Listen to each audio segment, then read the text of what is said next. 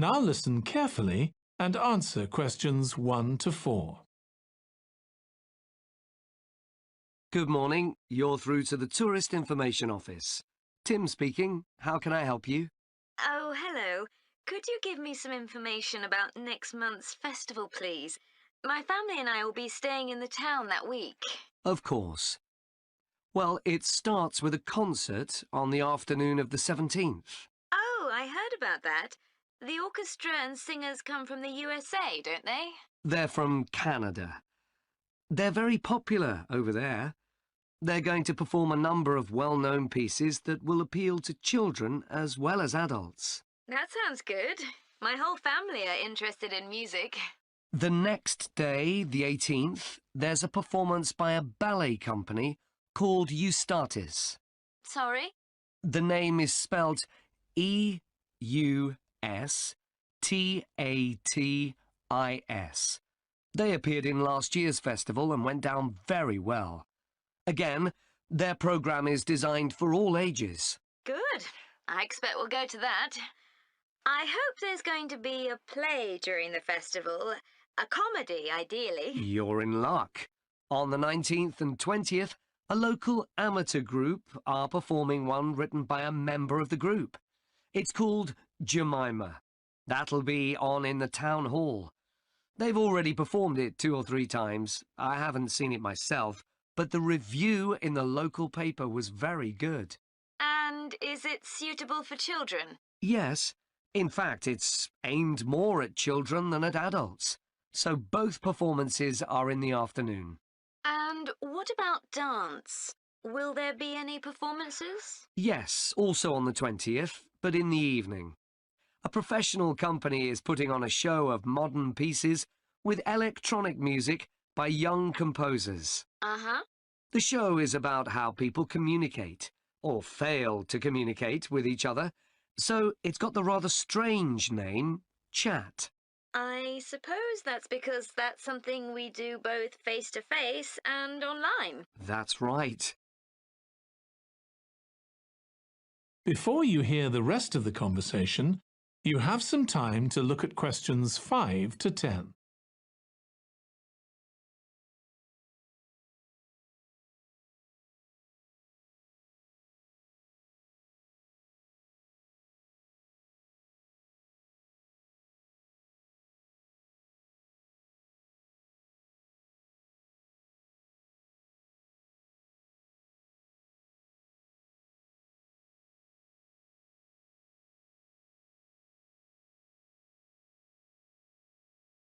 Now listen and answer questions 5 to 10.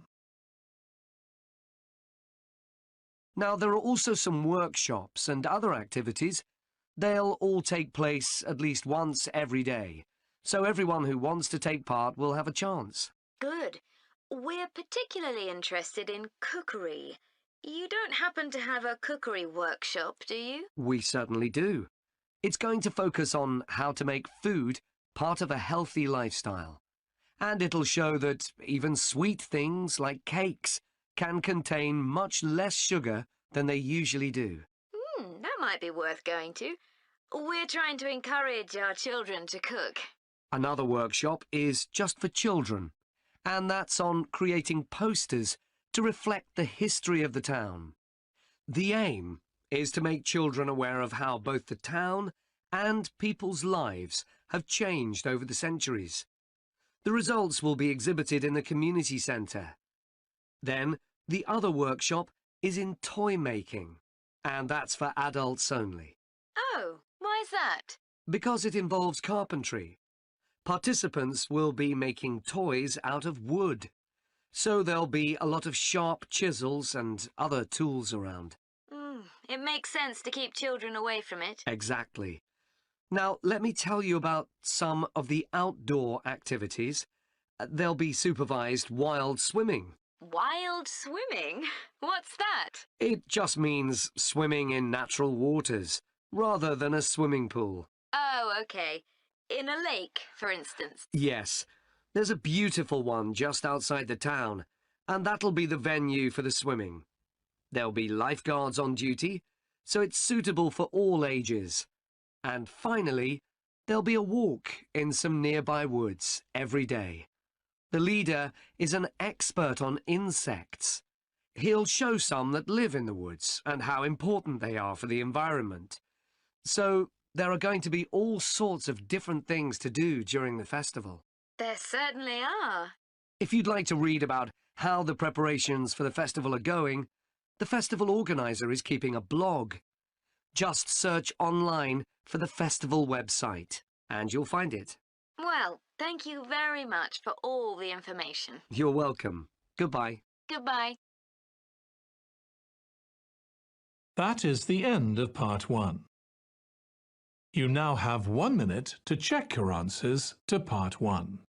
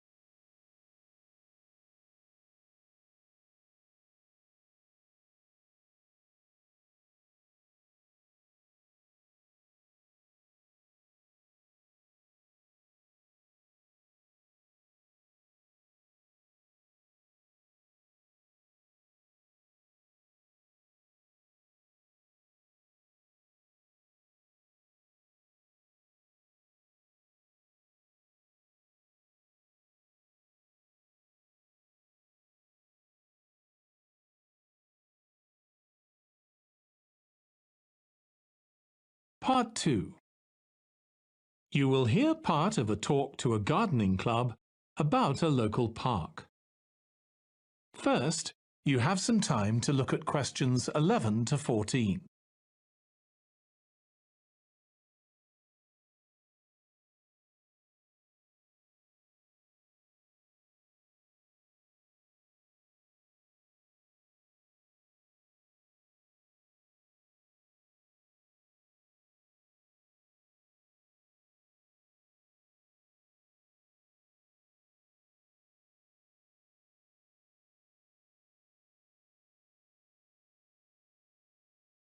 Now listen carefully and answer questions 11 to 14.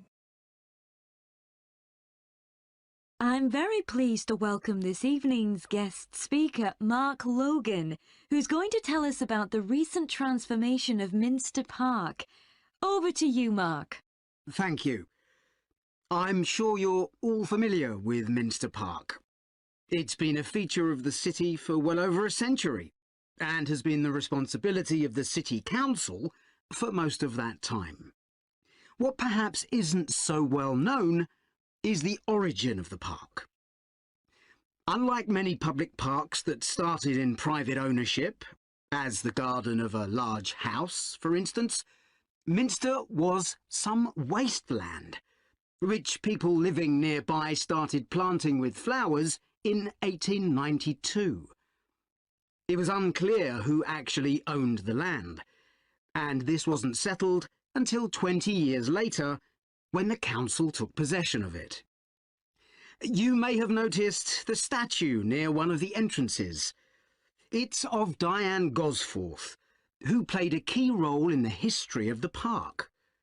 Once the council had become the legal owner, it planned to sell the land for housing. Many local people wanted it to remain a place that everyone could go to enjoy the fresh air and natural environment. Remember, the park is in a densely populated residential area. Diane Gosforth was one of those people, and she organised petitions and demonstrations, which eventually made the council change its mind about the future of the land.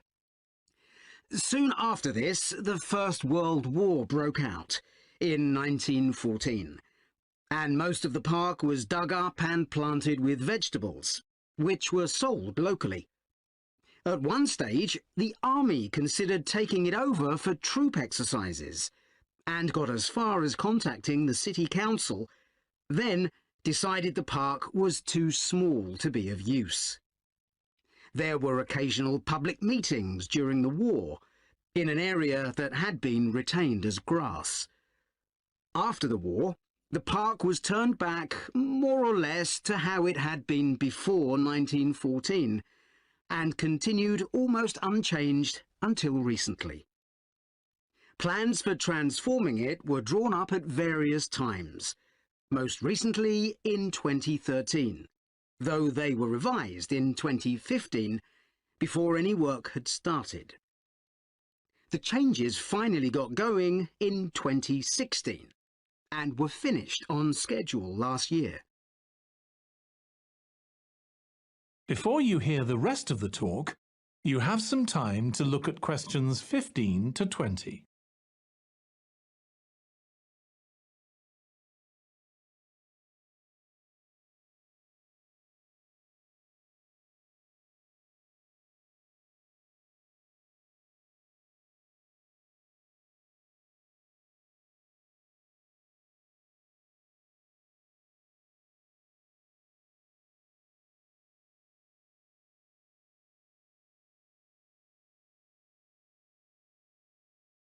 Now listen and answer questions 15 to 20. OK, let me tell you about some of the changes that have been made and some things that have been retained. If you look at this map, you'll see the familiar outline of the park, with the river forming the northern boundary, and a gate in each of the other 3 walls. The statue of Diane Gosforth has been moved. It used to be close to the south gate, but it's now immediately to the north of the lily pond, almost in the centre of the park, which makes it much more visible. There's a new area of wooden sculptures, which are on the riverbank, where the path from the east gate makes a sharp bend. There are 2 areas that are particularly intended for children. The playground has been enlarged and improved, and that's between the river and the path that leads from the pond to the river. Then there's a new maze, a circular series of paths separated by low hedges. That's near the west gate. You go north from there towards the river and then turn left to reach it.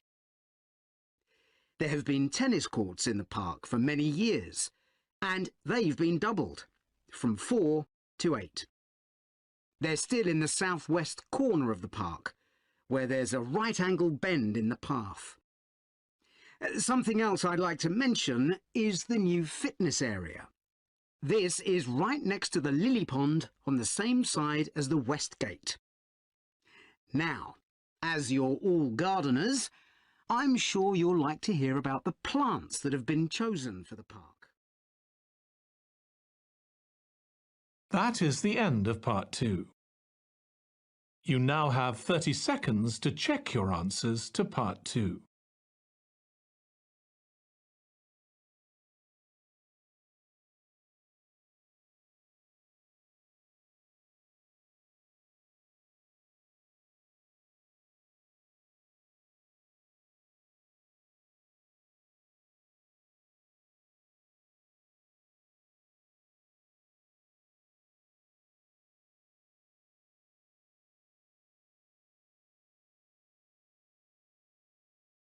Part 3. You will hear 2 students of English called Kathy and Graham planning a display on 19th century British life and literature for a university event. First, you have some time to look at questions 21 to 24.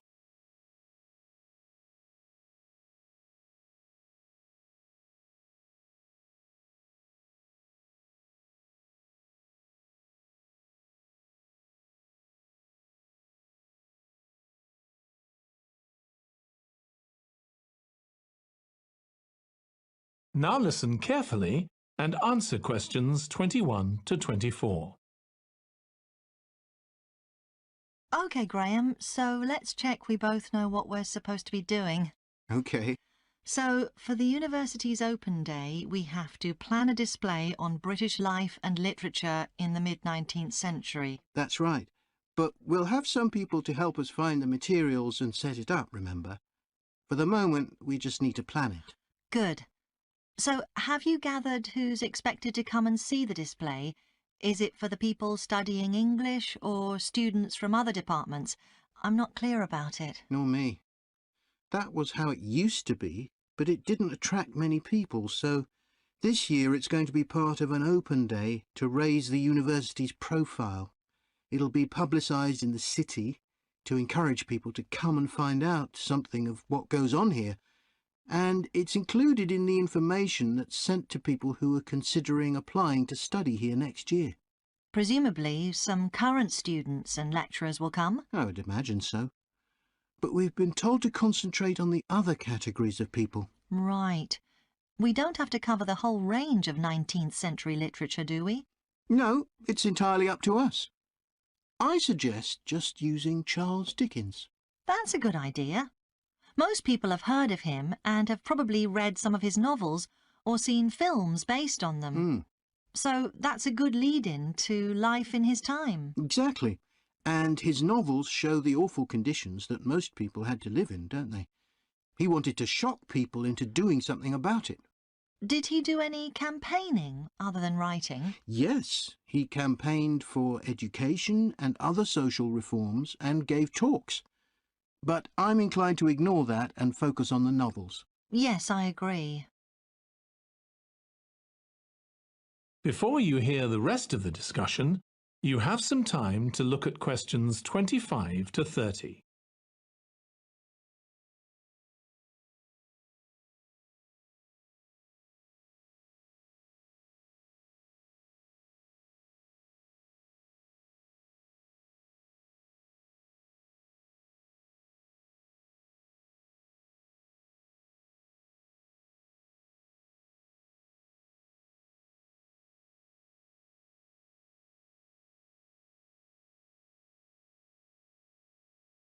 Now listen and answer questions 25 to 30.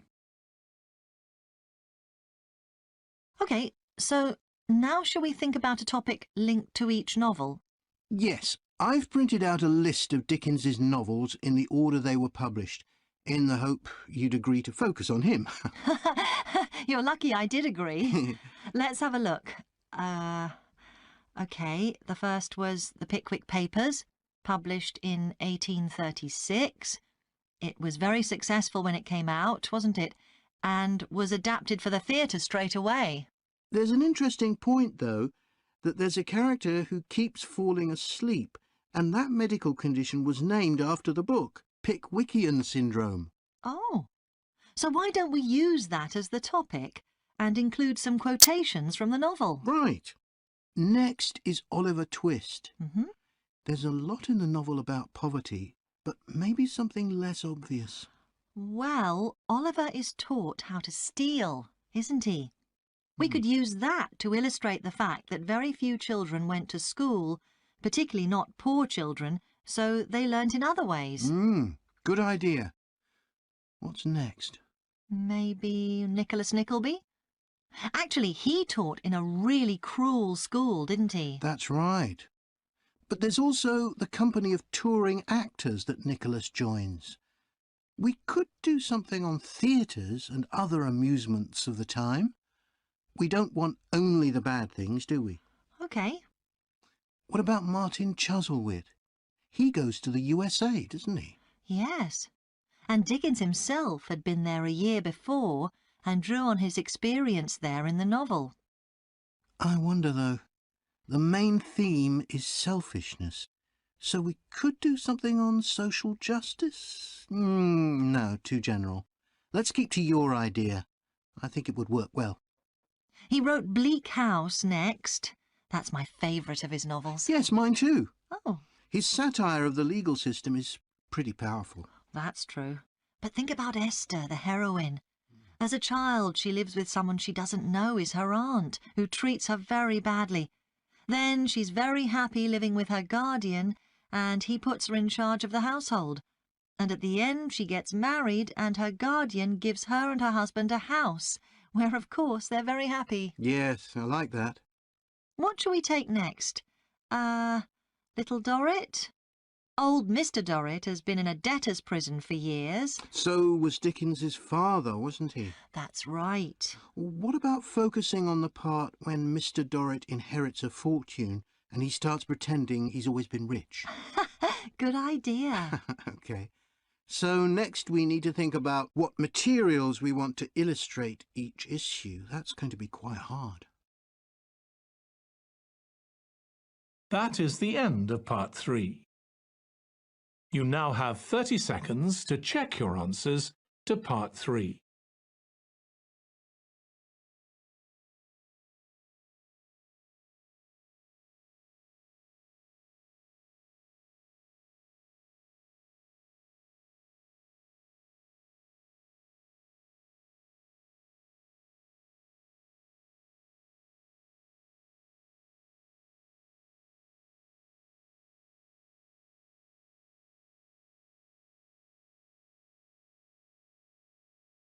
Part 4. You will hear part of a presentation about an agricultural program in the country of Mozambique. First, you have some time to look at questions 31 to 40.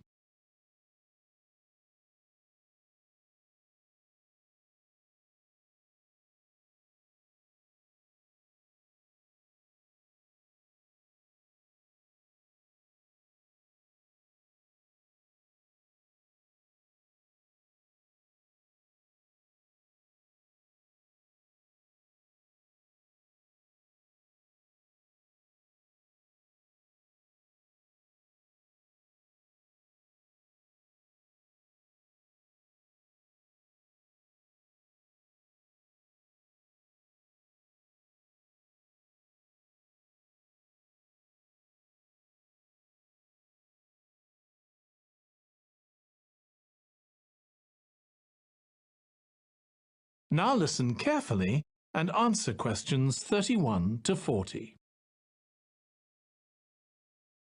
I'm going to report on a case study of a program which has been set up to help rural populations in Mozambique, a largely agricultural country in Southeast Africa. The program worked with 3 communities in Chikwalakwala district near the Limpopo River.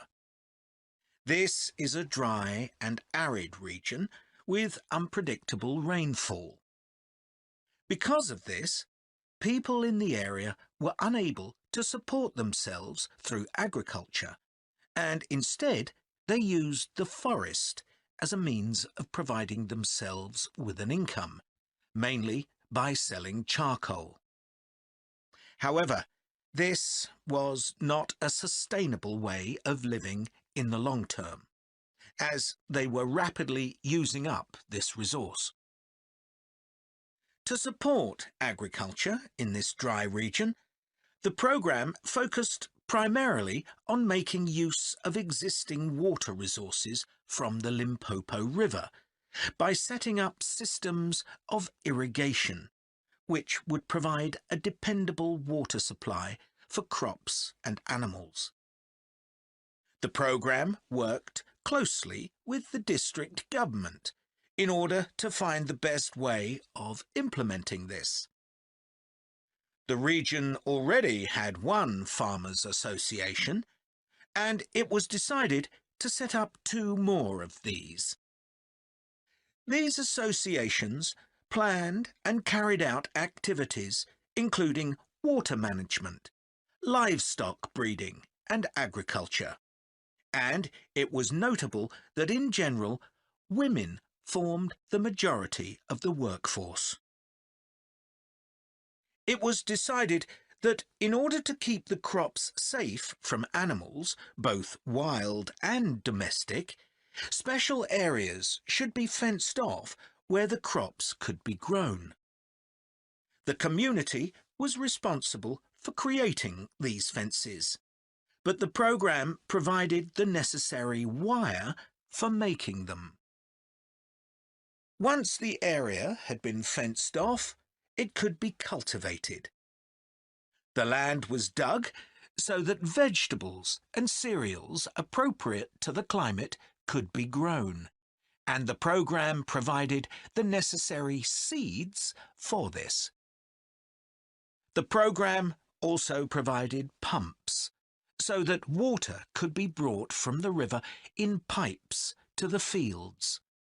However, the labour was all provided by local people, and they also provided and put up the posts that supported the fences around the fields.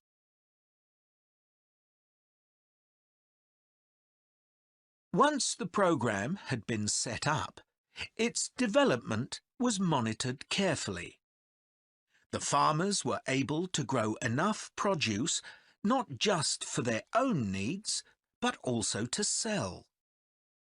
However, getting the produce to places where it could be marketed was sometimes a problem, as the farmers did not have access to transport, and this resulted in large amounts of produce, especially vegetables, being spoiled. This problem was discussed with the farmers' associations, and it was decided that in order to prevent food from being spoiled, the farmers needed to learn techniques for its preservation. There was also an additional initiative that had not been originally planned, but which became a central feature of the programme. This was when farmers started to dig holes for tanks in the fenced-off areas and to fill these with water and use them for breeding fish, an important source of protein. After a time, another suggestion was made by local people which hadn't been part of the programme's original proposal, but which was also adopted later on. They decided to try setting up colonies of bees, which would provide honey both for their own consumption and to sell. So, what lessons can be learned from this programme? First of all, it tells us that in dry, arid regions, if there is access to a reliable source of water, there is great potential for the development of agriculture. In Chiqualaquala, there was a marked improvement in agricultural production, which improved food security and benefited local people by providing them with both food and income. However, it's important to set realistic timelines for each phase of the programme, especially for its design, as mistakes made at this stage may be hard to correct later on. The programme demonstrates that sustainable development is possible in areas where there is... That is the end of part 4. You now have 1 minute to check your answers to part 4.